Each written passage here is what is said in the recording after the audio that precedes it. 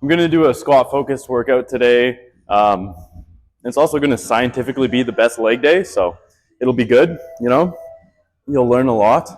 There still will be some posterior chain work, some hinging work, some deadlift work, because my main goal is to get over 300 on deadlift there. So I don't really like starting with the bar. I just find it's a little too light. I don't really get much out of it. More just takes time.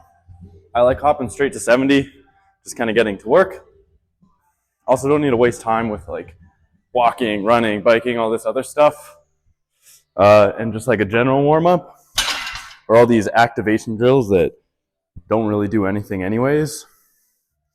Because, you know, when I'm squatting and as I'm working up in weight, my body temperature is going to go up, my heart rate's going to go up, my muscles are going to be warm. All my muscles are getting activated during the squat. So just taking some sets to work up to the weight is the exact same and way more efficient. So I don't need to take 30 minutes, fatigue some of my muscles anyways, waste a bunch of time. I can just get to the workout.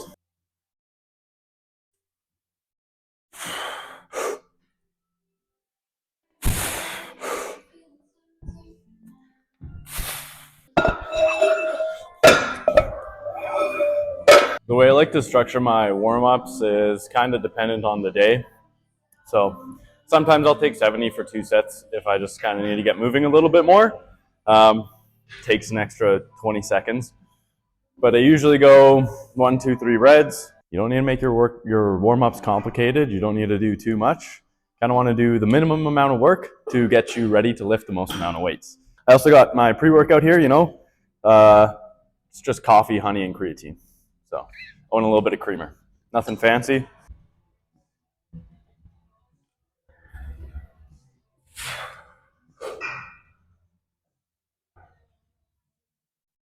Okay, I'm getting to my top set here. So I'm going to try throwing on my new sleeves again. We'll see how that feels. Hopefully they're a little more stretched out now that I wore them a couple days ago during last leg day. And maybe they'll go on and off a little bit easier. Another thing I want to talk about during this workout is just finding the squat stance that works for you.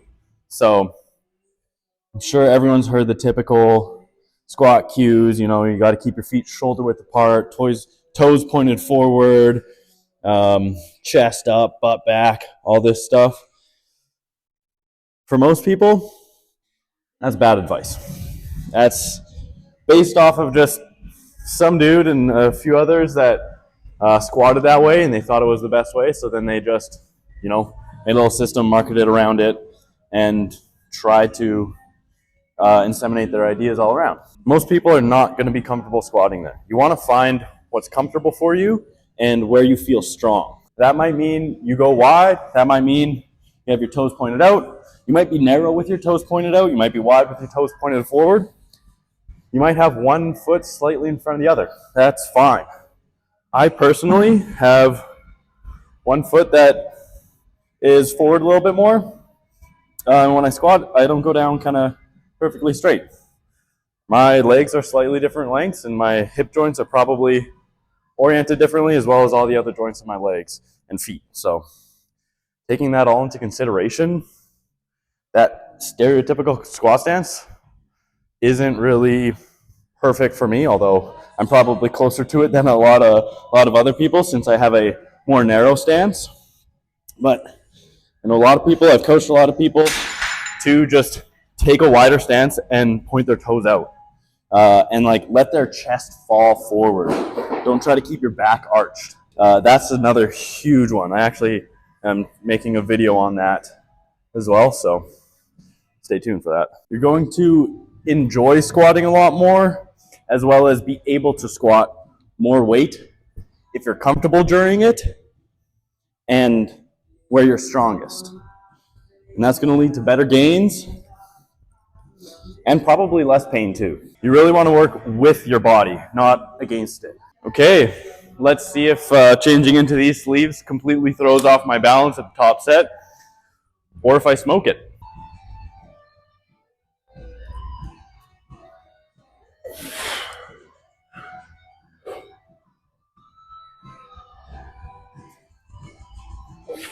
That went pretty good, so moved up to 205. Definitely threw my balance off slightly, but overall not that bad. They're not quite feeling as tight today or as crazy, so I think the slightly lower position as well as just stretching them out a little bit helped. Honestly, just sitting here is the worst part.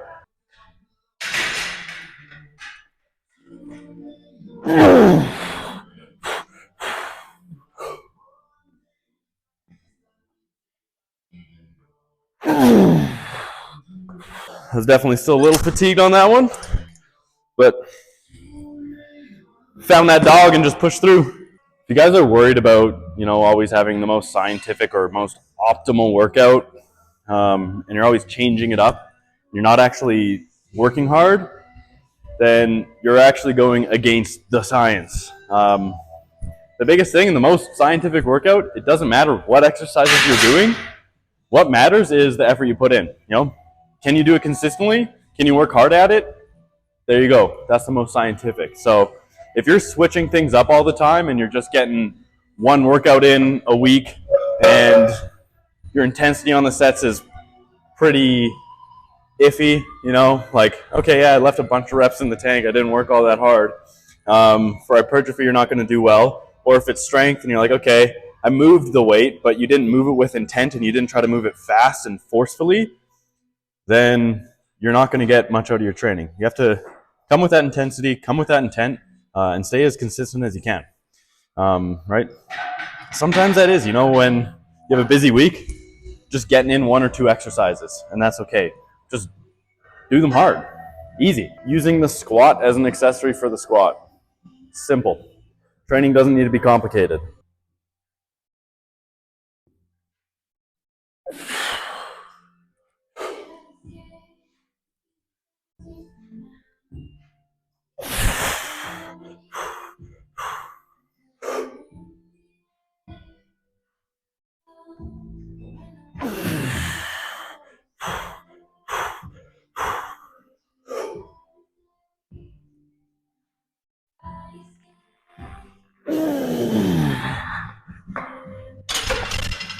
Was a little more fatigued after the top sets than I thought I was.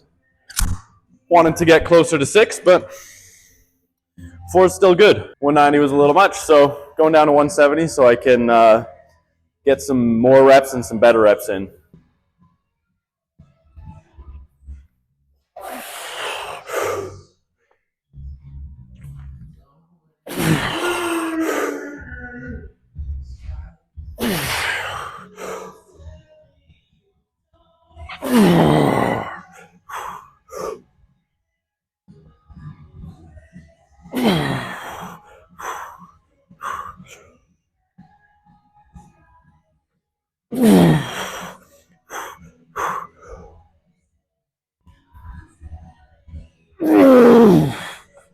Time to move on to some clean and jerks.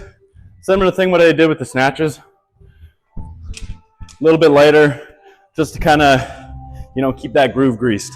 We'll see if the mic stays on during these clean and jerks or if I just fling it off with all the vigor in my pull.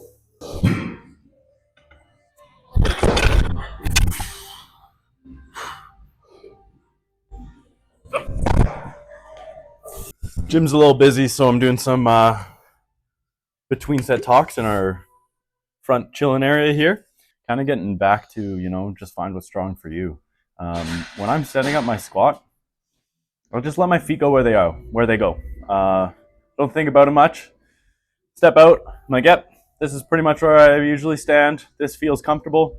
And I go down and stand up. I just think about having some good pressure balanced on my foot and then standing up as fast as I can so that I can jump.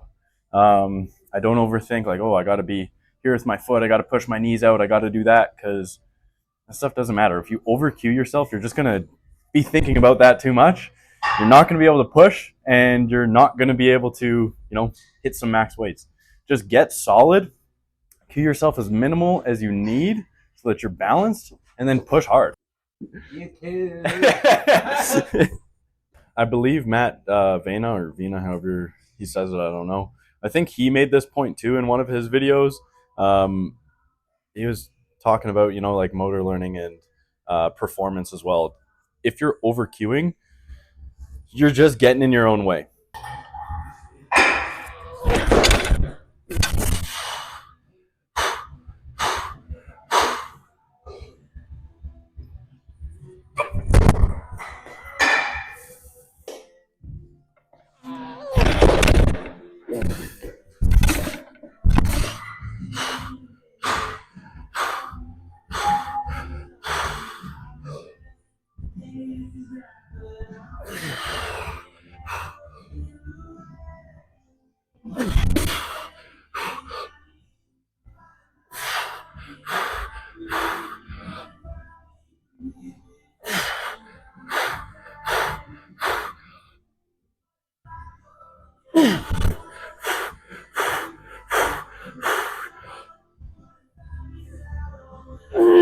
I'm gonna mess around with some overhead sissy squats with a barbell. I've been playing around with that just kind of as a challenge. I mean, it's not the most like optimal exercise, but you know, it's increasing my movement capabilities. It's really increased the flexibility in the front of my hip, and it's tons of fun. I challenge anyone watching this video to try it out, and if you do, you know, let me know in the comments, or if you post it to Instagram, tag me on Instagram, kh.movement. I'd love to see it. I'd love to get people moving and trying more exercises. This brings me to the next kind of topic that I want to talk about while I'm working out here is, you know, you can't be too rigid with your programming or overly structured with your programming. I talked about this on my last video. I like to do about like 80% strict, you know, get that work done. As Rick Delastick would say, you know, the meat and potatoes and just horse cock some weight up. But, and then I like to leave 20% of room to just play around, you know, explore some different movements, find where I'm struggling, where I'm extra weak, where I'm lacking, you know. Maybe it doesn't affect my main lifts, but maybe it's affecting me in other parts of my life, you know. Maybe I'm stiff at my job because I can't rotate. Okay, so then I play around here and find some ways that I can rotate, and that really kind of put me in those weakened positions where I can make the most gains, you know. Turn some weaknesses into at least not weaknesses. I was gonna say strengths, but sometimes it's really tough to do. But yeah, just like play around, find what feels good for your body, and find where you need to kind of improve on. This keeps training fun. This keeps it from being monotonous and like you're always just striving towards this goal and barely making any gains. And it's not going to take away from your main lifts, you know. If you're just like pushing that main stuff hard enough and getting that the base of your work in, you're going to make those gains. And then when you play around, you can play around in things that are completely opposite of your goal so that you can just have some fun and, you know, become more well-rounded, or play around in ways that also still work towards your goal a little bit. Like last workout, I did some heavy rack pulls and shrugs because, you know, a little bit of ego lifting is fun, and they're really just length and partials for the traps. Everyone gets pissed off at them. They just don't think things through because they're like, oh, it's just person's just barely moving weight. It's just because the range of motion of the traps is tiny as fuck anyways. So, you know, sometimes you just got to play around and you got to move some weight. Yeah, play around, see what works for you. If it's in line with your goal, awesome. If it's not, that's okay too. It's not going to affect the rest of your training in a negative way. It's only going to keep you more consistent because you're having fun in the gym, and that's the main point. If going to the gym and training feels like a chore, you're going to grow to hate it. You're not going to be able to put in that same effort. You're not going to be craving that next workout and looking forward to it. You're going to be miserable. You're going to have to be slamming 600 milligrams of caffeine just to like get some sort of motivation to go to the gym. And it's just a chore. It's just another job. You're just becoming a slave to doing some movements, not because you want to, not because you want to get stronger, not because you want to increase your health. You're just going to go. So, you know, play around, find things that enjoy you, that are joyful for you, you know, and yeah, that'll keep you way more consistent and work you towards your goals more.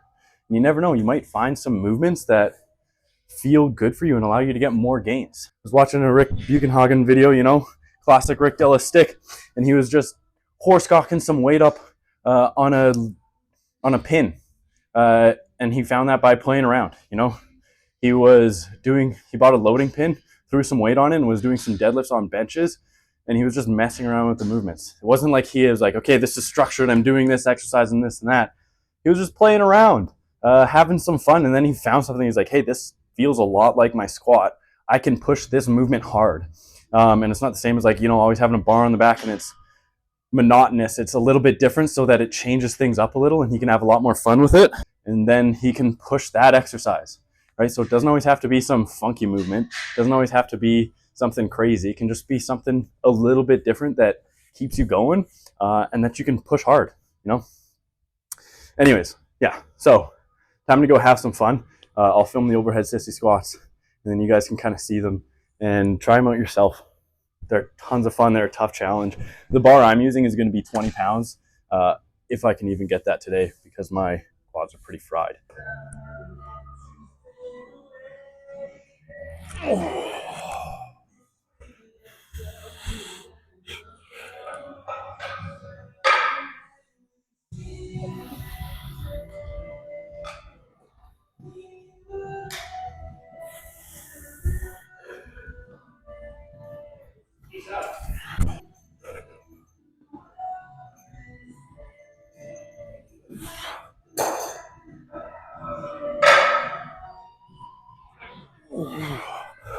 Oh, got the downward.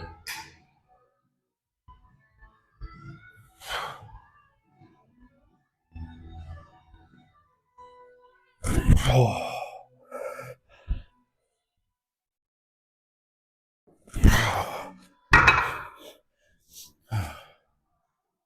That last set was pretty rough. My quads are feeling it. Let's see if I can get a little bit better reps this set. Find that balance a little better maybe.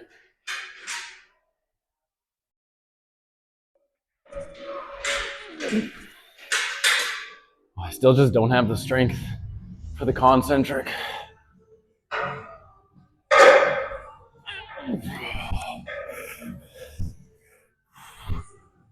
One more.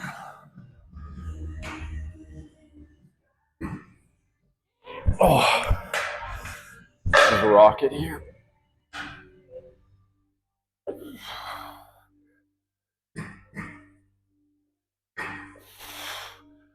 Wonder if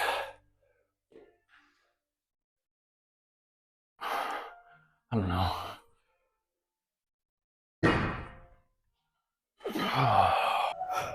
Don't think I have the gas to do with the barbell right now. So I'm going to do some assisted ones, body weight. Just try to build some strength up with that movement and see if I can get a little more flexible there too, so I can be a little more comfortable. I want the bottom position to be really leaned back.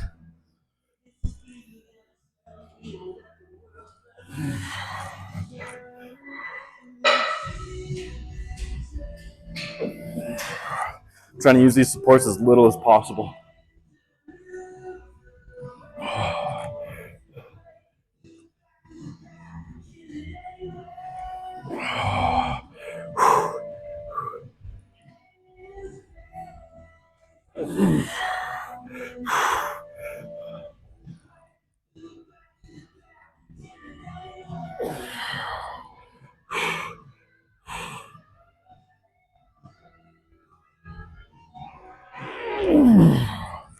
Oh yeah.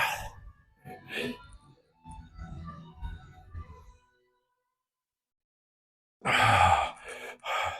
you want to hit your rec fems, these are great.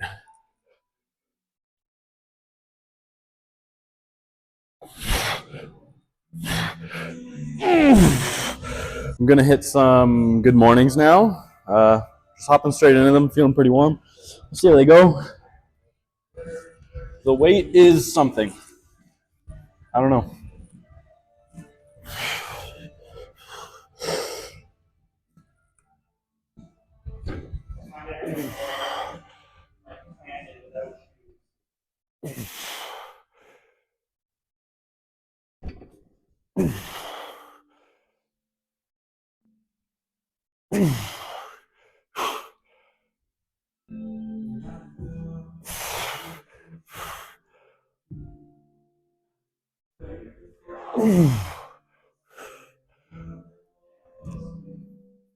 Oh,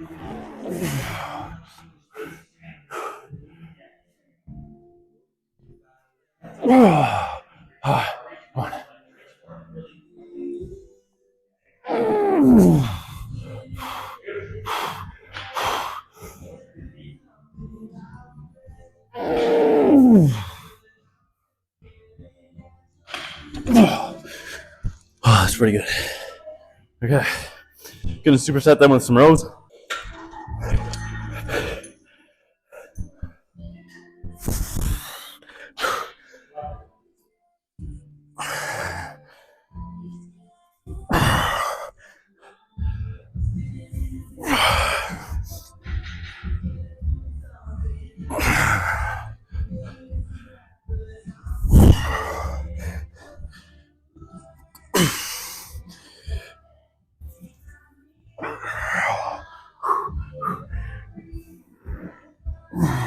Okay, that was pretty solid.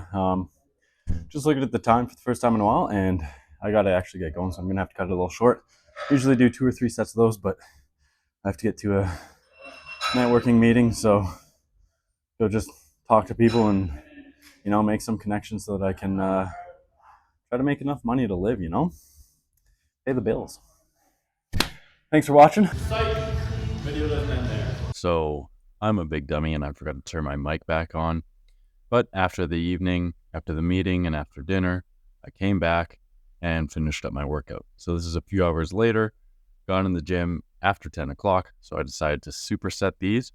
That was jumps and then just followed up with some Zercher doubles at 160 here. I'm not going to lie, after the workout earlier and everything that went on in the day, I was pretty tired. Mentally, this was pretty tough. And I just kind of had to dig deep. I feel like I got some really good speed on the Zerchers in these jumps. The first couple sets, I did the long way. These really helped me kind of find that foot pressure and really explode out of the hole in my squats. So a little bit of, working that fast movement, getting the muscle strong with those kind of plyometric movements, and a little bit of just this cue works for me, or this exercise helps me cue to kind of get out of the hole fast and really push my feet flat into the ground. After that, I moved on to some jumps the short way. Hopefully this will help me a little bit more with my jerk. It has in the past, and I just like doing them. I like jumping around. And then I superset them with some one-arm Zerchers. This wasn't programmed, but this was just a little bit of playing around. As you can see there on that first rep with my right arm, it was tilting a little bit. And then I went for it again on my left arm, and it tilted even more. So I had to try again. These were pretty fun. This was my first time ever doing these single arm Zerchers, so it was a little bit of a learning curve. 70 felt really easy weight-wise. It was just about finding that balance that was difficult.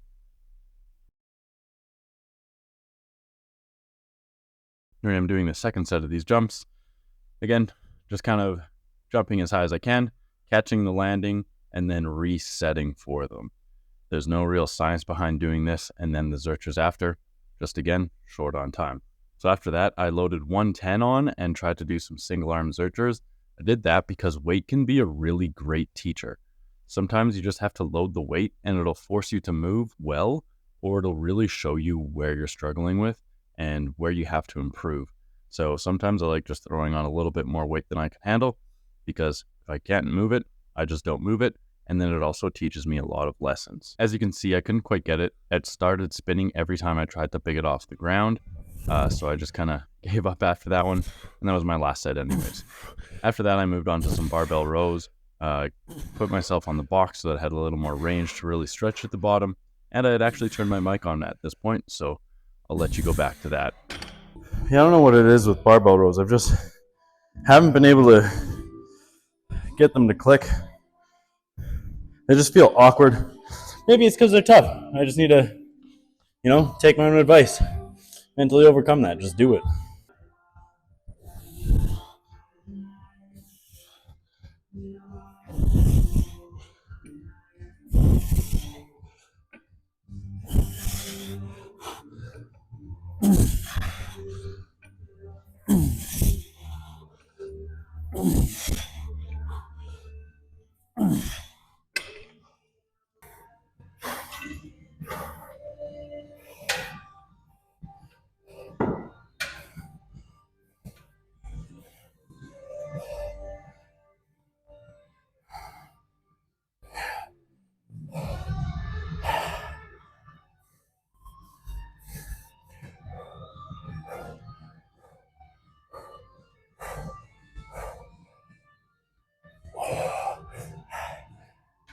This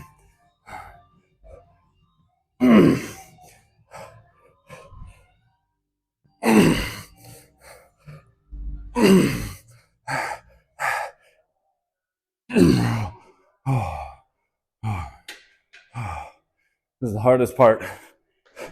Oh, if my calves are dead, makes it hard to balance. It's time for a leg day staple.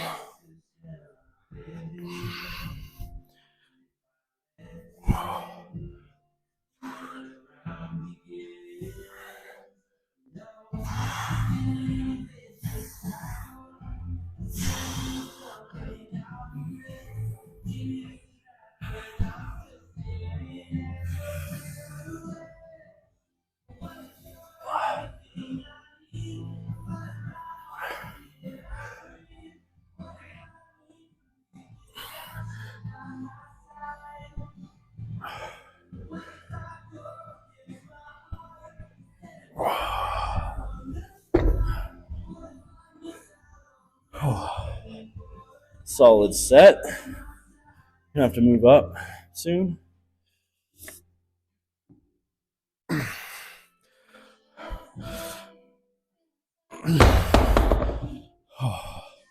Grip is shot after those curls even.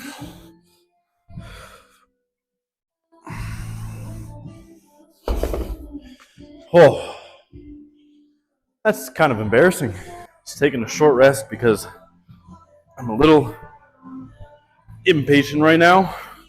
I need to get home and go through a bunch of paperwork.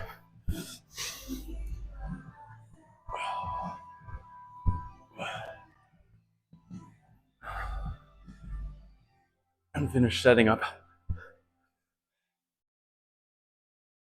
Oh, the osteoarthritis program.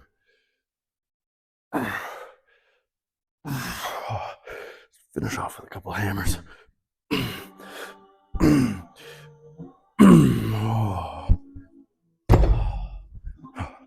Myself a few seconds here.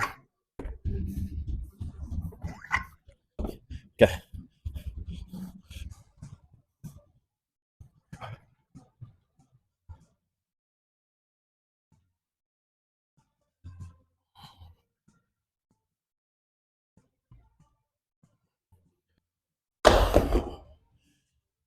Woo! That burned. Okay, solid. Came in, hit that second session with some intensity. You know, and like I was talking about earlier too, played around a little bit. I left enough room to play around with the one-arm zerchers. So thank you for watching. Hope you learned something. Hope you enjoyed it. Go make some gains.